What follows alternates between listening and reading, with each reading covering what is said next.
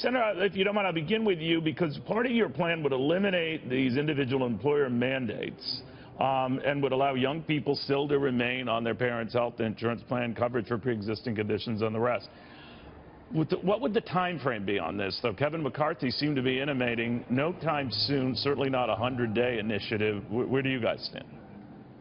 I think as you repeal, you should know what you're going to replace it with. It doesn't mean that the replace is fully implemented right off the bat, but you should have a goal as to where you're going. Well, what's your goal? What is your goal then, sir?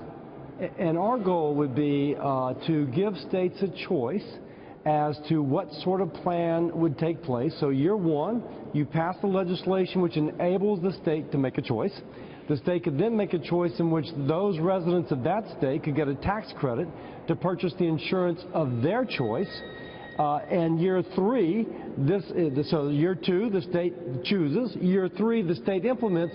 Year four, Obamacare goes away and the new plan has begun. All right, but you're up to year 4, Congressman, right? And well, I'm not here to pick apart your deal any more than I am the present deal. A lot of people are going to come at you guys and say, well, you're going to have millions more Americans who will be signing up for the existing Affordable Care Act. You could be north of 35 million. What do you do for those individuals as they transition, or is there a period at which they will not have coverage? Yeah, go ahead, Bill. You know, I'm a doctor. I've been working in a hospital for the uninsured for 30 years. And I try and take as my prism that patient, she's a Trump voter, she works hard but needs help. If she's got a breast lump, she wants coverage. So the idea that as we transition out, we allow Obamacare to continue, then it goes away as a new program begins, meets her need. She doesn't like Obamacare. She's got a breast lump. But in other words, you're not going to leave her just sort of dangling there, right? No. I mean, and it obviously wouldn't look good for your efforts there. But Congressman, do you agree with that there will be a way, however you move or transition to this new plan, your plan, let's say, that existing people who are covered will continue to be covered? Neil, the essence of this, and Senator Cassidy has gotten into it, but it is that we can quickly offer an alternative plan that would use existing money that is already in the system. You remember, some $700 billion just a few years ago was taken from Medicare to fund this program. There's hundreds of billions, about $1 trillion or more that resides in that system today.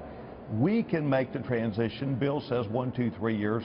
We can do it effective immediately, where this next October, October 17, people can transition and receive the benefit. We do give states time if they choose to do it, or they can simply choose immediately to do it. But here's the bottom line. Every single person that has their own doctor or their own health care can keep it. But we will transition to a free market plan, and then people will make that decision. But what we do is use the money that is available in the marketplace today rather than letting it run out in 4 years from now. It's a 10-year authorization that we're getting to the end of. The Republican idea is our tax credits for everybody, because the difference in the marketplace is who gets health care on a pre-tax basis and who doesn't. And 150 million Americans get a tax advantage today and 100 don't.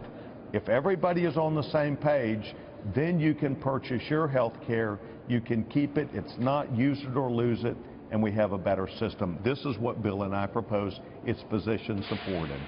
Gentlemen, I want to thank you both. Intriguing, to put it mildly. Thank you for taking the time. Thank you, Neil.